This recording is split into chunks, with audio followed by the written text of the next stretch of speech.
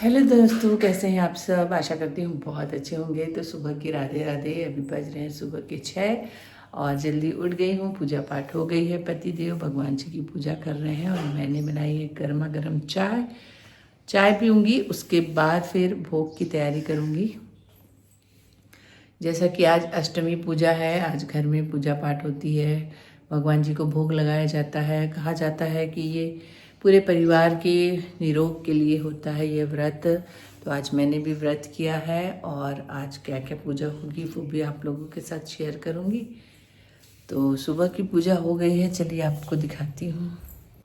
दोस्तों, जैसा कि कार्तिक का महीना चल रहा है तो हम दोनों ही ब्रह्म मुहूर्त में उठ जाते हैं, जल्दी नहा लेते हैं और उसके बाद मेरी सुबह सुबह दिया बाती हो जाती है, देख सकते हैं आप।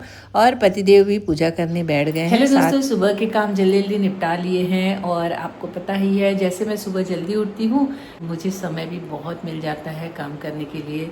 तो अभी दिवाली का समय है और सभी के घरों में कुछ न कुछ सफाई चालू हो गई है। तो मैं किस तरह अपने घर को साफ़ रखती हूँ, कुछ छोटे छोटे टिप्स हैं जिससे आप बिना मेहनत के घर की सफाई कर सकते हैं। तो क्या क्या टिप्स है वो भी आप लोगों को ज़रूर बताऊँगी और अपने घर की सफाई भी शुरू कर दूँगी। तो चलिए बने रहिए मेरे साथ। तो दोस्तों, जैसा कि आज अहोई अष्टमी है, हमारे यहाँ इसे 8वीं की पूजा कहते हैं। तो सबसे पहले मैंने हलवा का भोग बनाना शुरू किया, क्योंकि एक तरफ पतिदेव की पूजा पाठ चल रही है और एक तरफ मैं थोड़ा सा हलवा जो कि भोग में चढ़ाऊंगी। बाकी दाल चावल सब्जी रोटी तो बनेगी ही, लेकिन इतने सुबह सुबह नहीं बन पाएगी। करीबन बज रहे हैं 6:45 सुबह के और मैंने माता रानी के भोग के लिए बना लिया है थोड़ा सा हलवा।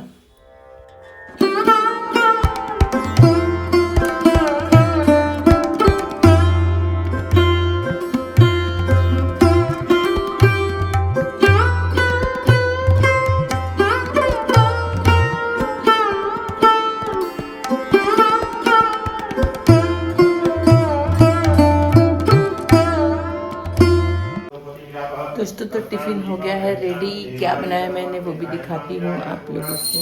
ये बन गया है और अब बेटे को देने वाली हूँ। साथ ही बनाया था मैंने हलवा, जो कि दोस्तों ये हलवा बनकर रेडी है और अब मैं जा रही हूँ भोग दिखाने के लिए। साथ ही मैंने बनाई है पिज़्ज़ा रोटी बेटे के टिफ़िन के लिए।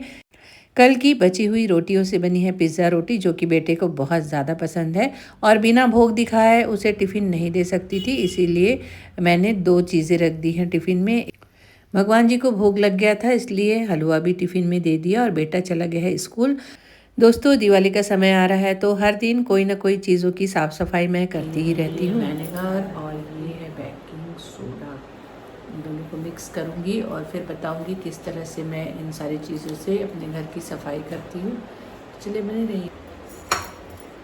तो दोस्तों, ये मेरा बहुत ही पुराना सलूशन है, किस तरह बनाना है ये भी दिखा रही हूँ आप लोगों को। इससे अगर आप किसी भी चीज़ की सफाई करेंगे तो बहुत ही ज़्यादा अच्छा रिजल्ट आने वाला है। खासकर हमारे किचन में बहुत ही ज़्यादा चिपचिपापन हो जाता है खाना बनते बनते। चिमनी हो, दराज हो, चाहे गैस चूल्हा हो, इन सभी चीज़ों में बहुत चिपचिपापन होता है। उसे हटाने के लिए ये मैं हमेशा से यूज़ करने वाला सलूशन बता रही हूँ। मैंने विनेगर लिया है, हमेशा विनेगर का बड़ा डब्बा ले आती हूँ और इसमें बेकिंग सोडा डाल दिया है। देखिए सोडा डालने के बाद किस तरह से इसमें झाग आ रहा है। और दोस्तों, ये किचन में यूज़ होने वाले वाइप्स है, बहुत ज़्यादा अच्छे होते हैं। मार्केट में भी आराम से अवेलेबल होते हैं, क्योंकि अगर हम इस तरह का नैपकिन यूज़ करते हैं तो ये फेंकने के काम का हो जाता है, बहुत ज़्यादा चिपचिपा हो जाता है, धोने से भी नहीं निकलता। इसलिए ये वाइप्स यूज कीजिए और यूज़ एंड थ्रो है। इसे अच्छी तरह से यूज़ करने के बाद आप इसे फेंक दीजिए तो एक काम बहुत ही आसान हो जाएगा। तो जो सॉल्यूशन है उसको मैंने चिमनी में अभी लगा रही हूँ। इस तरह थोड़ा लगा के 5 मिनट के लिए रख दूँगी और फिर सूखे कपड़े से पोंछूँगी। बहुत ही कम मेहनत से इसका जो चिपचिपापन है सब निकल जाता है। आप देख सकते हैं कितनी गंदगी आई है 2 मिनट में ही। और इस तरह सारी जगह पर मैं चिमनी में लगा दूँगी सॉल्यूशन। हर एक पार्ट को निकाल कर पोंछने की बिल्कुल ज़रूरत नहीं पड़ती, इसी से सारा चिपचिपापन हट जाता है। उसके बाद हम ड्राई कपड़े से इसे पोंछ लेंगे।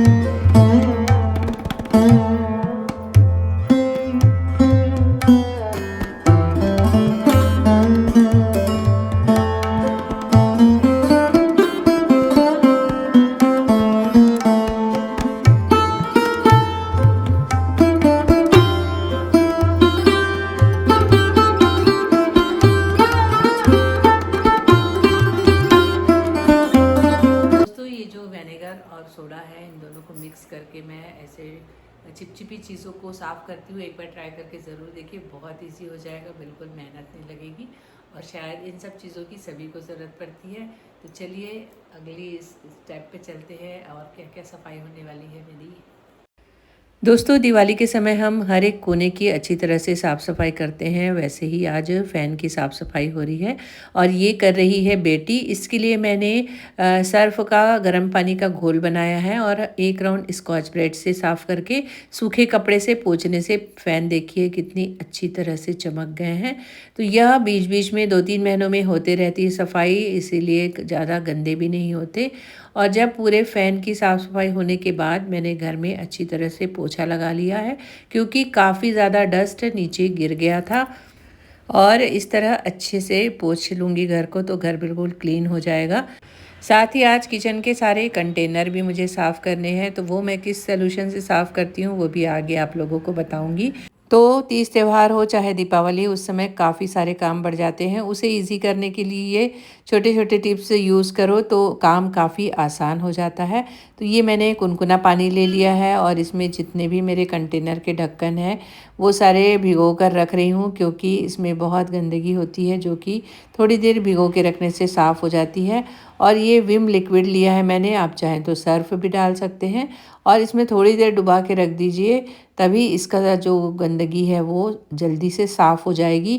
तो थोड़ी देर मैंने इसे डुबो कर रखा है और उसके बाद इसे अच्छी तरह स्कॉच ब्राइट से साफ़ कर लूँगी, तो बिल्कुल चमकने लगेंगे ये सारे कंटेनर।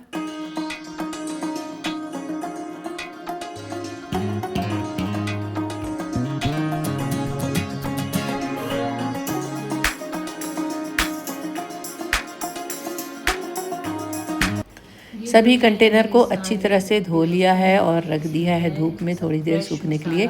जैसे ही धूप में सूख जाएंगे फिर जो भी नया सामान आएगा ग्रॉसरी का वो सारे इसमें भर के रख दूंगी। तो इस तरह मैं अपने कामों को आसान करने की कोशिश करती हूँ, इसलिए आप लोगों के साथ भी शेयर कर रही हूँ, जिससे कि आपको भी थकावट ना हो और काम भी बिल्कुल आसान हो जाए।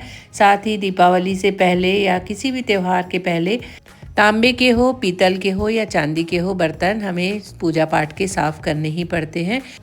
तो उसके लिए पीताम्बरी एक पाउडर आता है जो कि बहुत ही बेस्ट है, लेकिन थोड़ा सा पुराना नींबू का अचार है मेरे पास, उसे मैं यूज़ करती हूँ। तो बिना मेहनत के, बिना रगड़े बहुत ही अच्छे से ये क्लीन हो जाते हैं बर्तन, तो बहुत टाइम बच जाता है। तो आप भी इस तरह कर सकते हैं। पुराने अचार, खासकर नींबू का अचार मैंने लिया है और आप देख सकते हैं मेरे बर्तन बहुत ही ज़्यादा क्लीन हो गए हैं। बहुत ज़्यादा काले पड़ गए थे लेकिन अब बहुत ज़्यादा साफ़ हो गए हैं। तो इस तरह के छोटे-छोटे टिप्स हैं जिसे आप यूज़ करके देखिए। तो दोस्तों, एक ही दिन में पूरा घर साफ़ नहीं हो पाता है, तो एक-एक दिन अलग-अलग कमरों की साफ़-सफाई हो रही है। और किस तरह से मैं अपने कपड़ों का ऑर्गेनाइज़र करती हूँ या बहुत सारी चीज़ों का, वो भी आगे आप लोगों के साथ शेयर करूँगी। ये मेरा भगवान कमरा बिल्कुल अच्छी तरह चमक गया है। साथ ही थोड़ी बहुत जो भी डस्टिंग का काम है वो भी मैं साथ-साथ में करती जा रही हूँ। इस तरह की डीप क्लीनिंग का काम मैं हर महीने ही करती हूँ, इसलिए घर ज़्यादा गंदा नहीं होता। लेकिन दीपावली जैसा कि हमारा सबसे बड़ा त्यौहार है, इसमें सभी लोग अपने घर को बहुत अच्छी तरह डीप क्लीनिंग करते हैं। तो जैसी ये पुरानी टैबलेट्स हमारे घर में बच जाती हैं, तो दोस्तों सभी के घर में कुछ ना कुछ एक्सपायरी वाली जो टैबलेट्स है पड़ी रहती हैं, तो उन्हें फेंकने की बजाय हम किस तरह यूज़ करने वाले हैं, चलिए आप लोगों को बताती हूँ। मैंने ये यूज़ करके देखा है, इसलिए आप लोगों के साथ शेयर कर रही हूँ। जैसे कि मॉड्यूलर किचन में कॉकरोच की बहुत ज़्यादा प्रॉब्लम होती है। हर कोई कॉकरोच से परेशान हो जाता है और मुझे खुद भी। और मैंने कई तरह के चीज़ें यूज़ करके देख ली है। तो एक बार मैंने इस तरह पुरानी टैबलेट्स को अच्छी तरह मसल लिया, कूट लिया, यानी कि पाउडर बना लिया और सभी जगह डाला। तब से घर में कॉकरोच का आना ही बंद हो गया। और प्लेटफॉर्म के ऊपर दवाई का डालना सेफ़ नहीं है, इसीलिए ये एक हिट कंपनी का कॉकरोच क्लीनर है, जो इस तरह इंजेक्शन की तरह होता है। इसमें एक सलूशन होता है, देख सकते हैं आप। इसे हमें कोने-कोने में डाल सकते हैं अगर हमारे घर पर कॉकरोच है। तो ये एक बहुत ही अच्छी चीज़ है जो कि मार्केट में आराम से मिल जाती है। आप इसका यूज़ कर सकते हैं किचन के कॉकरोच भगाने के लिए। तो दोस्तों, आज मैंने आप लोगों को यूज़ किए हुए सारे टिप्स एंड ट्रिक बताए हैं। इसे करके आपके काम काफ़ी आसान हो सकते हैं। तो एक बार ट्राई करके ज़रूर देखिएगा और इस तरह से आपकी दिवाली की सफाई बहुत ही आसान तरीके से हो जाएगी। तो कैसा लगा वीडियो ज़रूर बताइएगा। तो दोस्तों आज के टिप्स एंड ट्रिक पसंद आए हों साफ़ सफाई करने के, तो वीडियो को लाइक कीजिए, सब्सक्राइब कीजिए और बने रहिए मेरे साथ। फिर मिलूंगी एक नए वीडियो में, तब तक के लिए बाय बाय।